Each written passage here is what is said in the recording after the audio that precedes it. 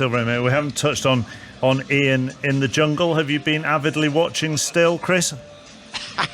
I mean, he's not doing himself any favours, is he? I mean, just honestly, I mean, you know, on the family group chat, most things are, you know, why does he scream that much? I mean, he's not covering himself in glory. He's not doing the Monday Night Club. He's not representing us very well, is he? Dean would disagree with you. Ian Wright, a 56-year-old man and Arsenal legend, shouting for his mum on national TV. That is why he's a national treasure. Absolute gold. Alan, Ian Wright might... hang on. Ian Wright might think that having to... It took me a while to make sense of this one. Ian Wright might think that having to drink pigs' penises and still not getting the roast is bad. There's a sentence I never thought I'd read out on radio. But at least he doesn't have to watch an Arsenal match with Emery at the wheel for another week. Mia, I don't care about the issues at Arsenal anymore. All I care about is the fact that Ian won't be getting a roast dinner tonight. What an injustice. There is a petition actually out there at the moment for Ian to get a roast dinner in Amsterdam. Do you watch him, Alan? I have been watching it. It's been a tough watch, I must admit, especially when he was what was the milkshake he had to drink, and then he was bulking. It's not for me, that. No. I couldn't do that. I got such an angry tweet from someone last week saying you're meant to be a football show, not a glorified version of Gogglebox. Please stop talking about I'm a Celebrity. And Sarah, a Spurs fan, has emailed going, can't believe that you have tempted me to watch I'm a Celebrity. MNC at bbc.co.uk if you want to get in touch. 85058 at 5 Live Sport. Let's move on to the managers who are under pressure. Everton, 15th. We'll start with them. Lost to all three promoted clubs, including Norwich on Saturday. They've won 4 of 13 league games, a goal difference of -7. They've got an awful run of fixtures through December. Arlo, how many times have you been at Goodison this season? Oh, about 4 or 5, have I you? think. Right. Yes. How would you describe the mood? Well, it hasn't been great for a while, has it? I mean, if you go back a few years when that team was playing under Roberto Martinez at their peak, they were playing some superb attacking football. They were pushing for the top 4. Ross Barkley was playing well, Romelu Lukaku was banging in the goals, and there's a real feel-good factor around Goodison Park because they like to be entertained there, and obviously they like their team winning games and doing very well. And then Ronald Koeman had a decent enough spell, but ever since then it's been fairly dire, hasn't it? And we're seeing now once again this process that they seem to go through. They want a progressive manager to come in, they want to play progressive football. They spent an awful lot of money in the summer to try and do that. The results don't go their way, so then we're looking at the potential of a pragmatist coming in. Last time it was Big Sam, and you think the grumblings going around Goodison Park now are bad. You remember what they were like when Big Sam was in charge, just not their sort of guy, although he did excellently because they were down in the low reaches of the table, and I think they finished top 10 that season. So if David Moyes comes in, now obviously it's a different appointment because he had 11 very successful years there, relatively speaking. He knows the club inside out. He's been on his travels, you know, in the last couple of years of his career, but at least he will be a familiar face. But again, you're looking at more of that practical side of the game rather than the flair that they've signed a lot of these players for. So every time they seem to take a step forward, it appears to be 2 back again. Arlo says they want a progressive manager playing progressive football, Alan Hutton. Do you think Marco Silva's a progressive manager?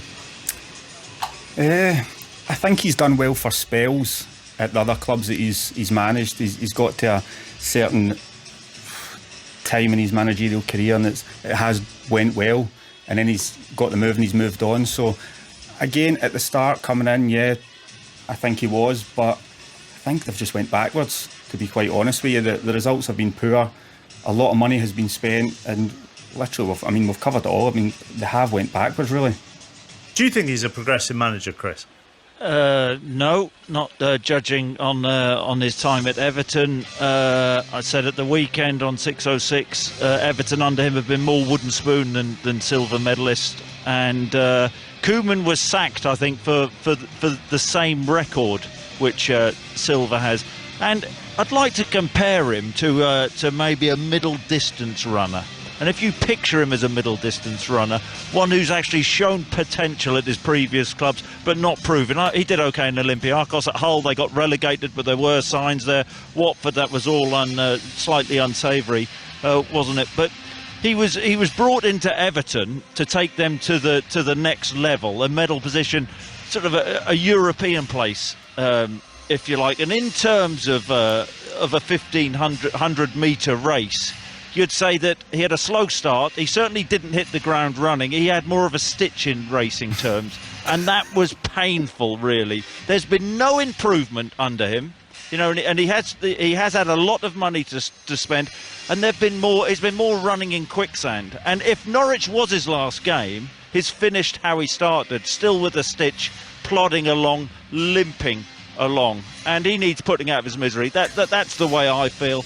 Under Silva, the truth is Everton are in a race, not to the top but to the bottom. It's not going to get any better. And listening to the boos after the Norwich game, they were outplayed at the weekend for large spells by a team who have come up and who were low on confidence. It cannot last. It will not last. It's time to put him out of his misery, really. He said after the Norwich defeat, Alan, he said, we started to be afraid, and that was the problem. You can never, ever, ever be afraid to play football. I mean, I know what he's saying there, but if you're on bad runs of form, if your home record isn't great, if you are struggling as a player, you will feel the fear, won't you? Oh, of course you will. And I think as well it comes from the fans. I mean, they've not been on a great run of form. It's been difficult. I mean, they're easy to say that you're scared and stuff, but that's how they've been playing. They have been disappointed. These are big names in football as well.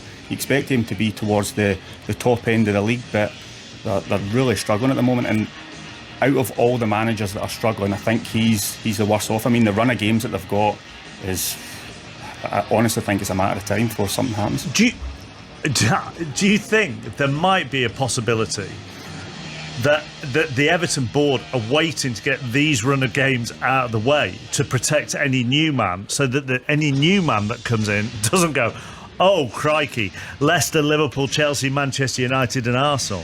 Can they not afford to do that? I don't think they can afford to wait that long. I mean, if the results go the way I think they're going to go, I mean, they're in the bottom three, so they're going to be struggling, like major struggling. It's a bit of a strange argument to argue that, Chappers, isn't it? Because what if he wins 2 of those games then? Well, yeah. That's the flip side, but I don't think they'll give him the opportunity to do 2-3 of those games. I think they'll be making a change shortly. I was trying to find any reason why they might be dithering, Chris. That's all. Yeah, I mean, it's very difficult, and you don't want to see managers lose the jobs. But the one thing he can't complain about is he has had the money to spend. He has brought players in. He's had time to mould his side. And you gave him a season. Last season, really, they papered over the cracks at the end, didn't they? Had a couple of wins against, I think, a couple of the top 6 teams. And the Everton fans, did they buy that? I think that the jury really was well and truly out, and they were looking for a strong start to the season. It doesn't help with the 3 promoted sides, beat Everton, which they have done. And it's more the manner of the loss at the weekend. Had they played Norwich off the park and created chance after chance, then you could have a bit of sympathy for him.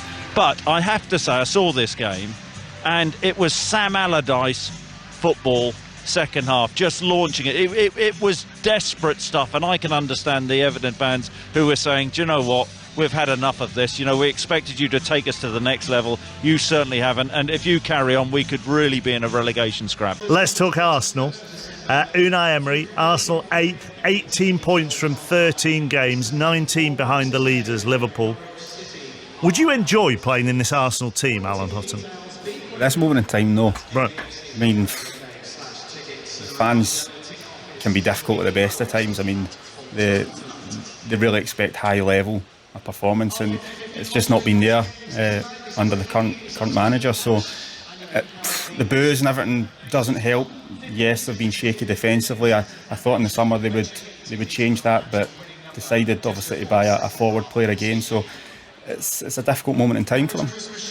The fans have every right, though, don't they, to be dissatisfied with what they are seeing? Yeah, I mean, everyone always says that they pay their money, so that they've got a right to voice their opinion, which I agree with.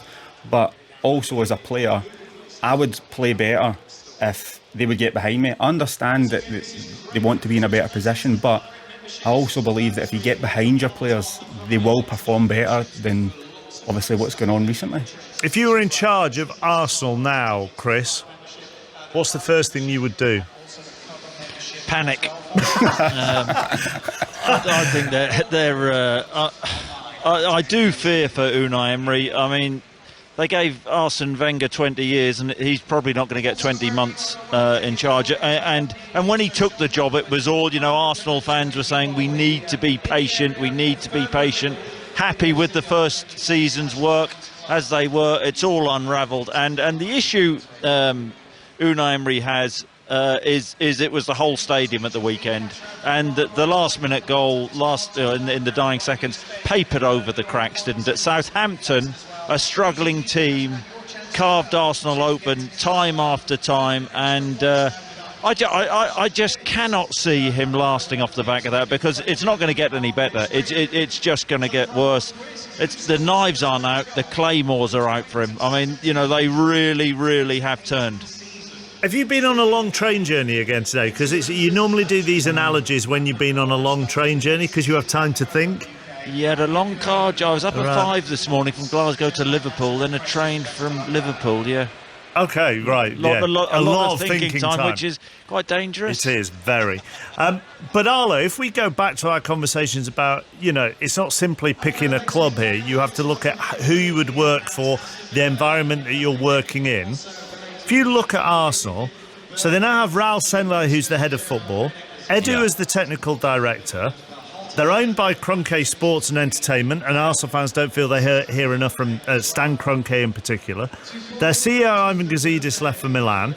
They did have Sven Mislintat as their head of recruitment or football director or whatever you want to call it. He was the one who brought in Aubameyang and Lucas Torreira and Guendouzi, but he left after 15 months. I mean, whilst I realise Emery is getting a lot of stick for how they're playing, it doesn't appear to me as though he's working in the most stable environment. No, I think you're absolutely right. And that list of names there, that there's been a chopping and changing of the roles behind the scenes. What they tried to do, I think, in the latter stages of the Arsene Wenger reign, when it became clear that he wasn't going to step down, there were a couple of FA Cup final wins when you thought now's the perfect time for him to ride off in glory into the sunset, but it didn't happen. So they tried to form sort of a new guard behind the throne, so that in theory it would be a seamless transition for the new manager to come in. But like you say, Mislintat, who came in with a brilliant reputation from, what was it, Borussia Dortmund, I think, at one stage, of unearthing talent, a director of football who had great contacts, hasn't lasted very long. Sanlehi is a very influential figure behind the scenes there, and by all accounts, Unai Emery was the outstanding candidate, but it hasn't worked out. And you look at the quality of the players compared to recent years and great Arsenal sides. I mean, you just can't compare them. And one of the issues, I think, towards the end of the Arsene Wenger reign was it around Christmas, January time, when they had Mesut Ozil and they had Alexis Sanchez, and both were playing reasonably well. And they could only keep one of them, and one of them had to go. Well, they got rid of Alexis Sanchez, and they got Henrik Mkhitaryan, didn't they, as part of that deal before the contract ran down. But they then gave, depending on which reports you read, they then gave Mesut Ozil a contract worth £350,000 a week, and that has been a millstone around Arsenal's neck ever since, because he hasn't earned the money, he hasn't put in the performances, and when he's in the team, there is a malaise to their play. There is a lack of energy and spark to their play. As good a footballer as he is, I just wonder if part of moving on from the Wenger era is to say, listen, we're going to have to take a huge loss on Mesut Ozil, let him get on with his career somewhere else. But who is making these decisions? And can you blame Unai Emery for it? They all wanted him back in, the Arsenal fans. They're saying we don't want him anymore, this, that and the other, and then get him back in the team. I think it's just the way he plays. They don't have turn quickly. Like, you just have players that they look like they're not trying, but I think he's one of those players that's kind of easy for him, the attacking side of it.